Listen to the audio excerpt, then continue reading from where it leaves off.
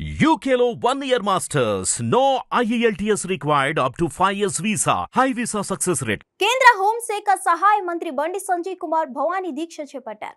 కరీంనగర్లోని మహాశక్తి అమ్మవారి ఆలయంలో భవానీ దీక్ష చేపట్టారు. కేంద్ర మంత్రి బండి సంజయ్తో పాటు బీజేపీ కార్యకర్తలు, నాయకులు భవానీ దీక్ష చేపట్టారు. దీక్ష నేపథ్యంలో 11 రోజుల పాటు అంటే విజయదశమి వరకు బండి సంజయ్ రాజకీయాలకు పూర్తిగా దూరంగా ఉంటారు. సామాన్య భక్తుడి వలె మహాశక్తి అమ్మవారి సన్నిధిలోనే ఎక్కువ సమయం గడుపుతూ అమ్మవారి సేవలో పరితపిస్తారు. ఇకపోతే బండి సంజయ్ భవానీ దీక్ష చేపట్టడం 14వసారి. మహాశక్తి అమ్మవార్ల ఆలయ ప్రతిష్టాత్మక మహోత్సవం సందర్భంగా 2011లో తొలిసారిగా బండి సంజయ్ భవానీ దీక్ష చేపట్టారు. నాడు 5-6గురితో మాత్రమే ఆనాడు దీక్ష చేపట్టిన బండి సంజయ్ ఇప్పుడు వందలాది మందితో కలిసి భవానీ దీక్ష చేపడుతున్నారు. మరోవైపు భవానీ దీక్ష చేపట్టాలనుకునే వారు దూర ప్రాంతాలకు వెళ్లాల్సిన అవసరం లేకుండా కరీంనగర్లోనే మహాశక్తి అమ్మవారి ఆలయంలోనే అన్ని ఏర్పాట్లు చేశారు. భవానీ దీక్ష చేపట్టిన ప్రతి ఒక్కరూ దేవాలయంలో చేపట్టే అన్ని రకాల పూజలు, సేవలు ఉచితంగా అందుబాటులో ఉంచారు.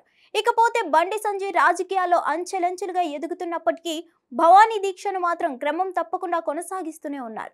బండి సంజయ్ నిత్యం బిజీగా ఉన్నప్పటికీ ఈ 11 రోజులు మాత్రం భవానీ దీక్ష చేస్తూ భక్తులతో మమేకమవుతూ అమ్మవారి ఆలయంలో అమ్మవారిని సేవిస్తూ నిత్య పూజలు చేస్తున్నారు. భవానీ దీక్ష చేపడుతున్న సందర్భంగా వేలాది మంది భక్తులకు ఎలాంటి ఇబ్బందులు రాకుండా అన్ని ఏర్పాట్లు చేశారు. కేంద్ర హోంశాఖ సహాయ మంత్రి బండి సంజయ్ కుమార్ 11 రోజుల పాటు ఈ దీక్ష కొనసాగించనున్నారు. అయితే ఇప్పటి వరకు 13 సార్లు భవానీ మాల ధరించిన బండి సంజయ్ కుమార్ తాజాగా 14వసారి భవానీ దీక్ష స్వీకరించారు. ఈ భవానీ దీక్షలో 11 రోజుల పాటు ఉండనున్నారు.